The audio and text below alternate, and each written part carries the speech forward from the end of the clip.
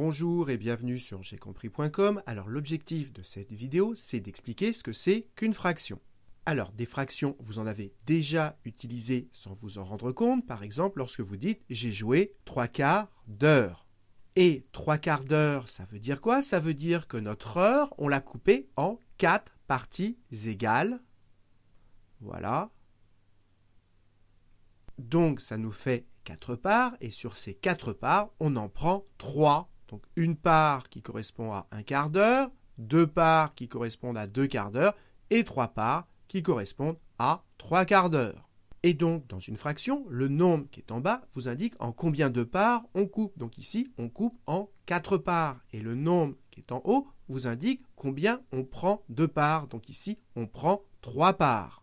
Prenons un deuxième exemple. Si je vous dis 4/5, qu'est-ce que ça veut dire?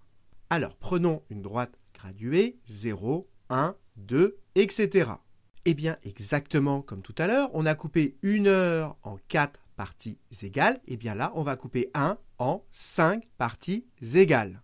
Et donc voilà, j'ai coupé 1 en 5 parts égales 1, 2, 3, 4 et 5. Donc ici, j'ai une part, c'est-à-dire qu'ici, je suis à 1/5. Là, j'ai 2 parts, c'est-à-dire 2/5. Là, 3 parts, c'est-à-dire 3/5. Et là, je suis à 4/5. Voilà à quoi correspond 4/5.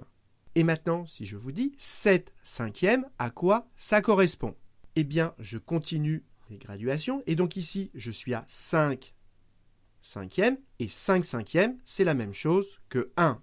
Je continue. Ici, je suis à 6/5. Et là, je suis à 7/5. Voilà comment on représente 7/5.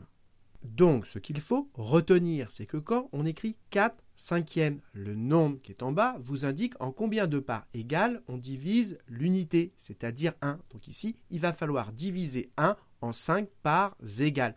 Et le nombre qui est en haut vous indique combien de parts on prend. Donc ici, il faudra prendre 4 parts. Et vous devez savoir que le nombre qui est en bas, il s'appelle le dénominateur. Et le nombre qui est en haut, il s'appelle le numérateur. Dernière chose, comment on lit des fractions? Cette fraction, elle se lit 1/5. Celle-ci, elle se lit 1/6, etc. Mais avant 1/5, ça ne se lit pas 1/4, ça se lit 1/4. Cette fraction, elle ne se lit pas 1/3, elle se lit 1/3. Et celle-ci, elle ne se lit pas 1/2, elle se lit 1/2.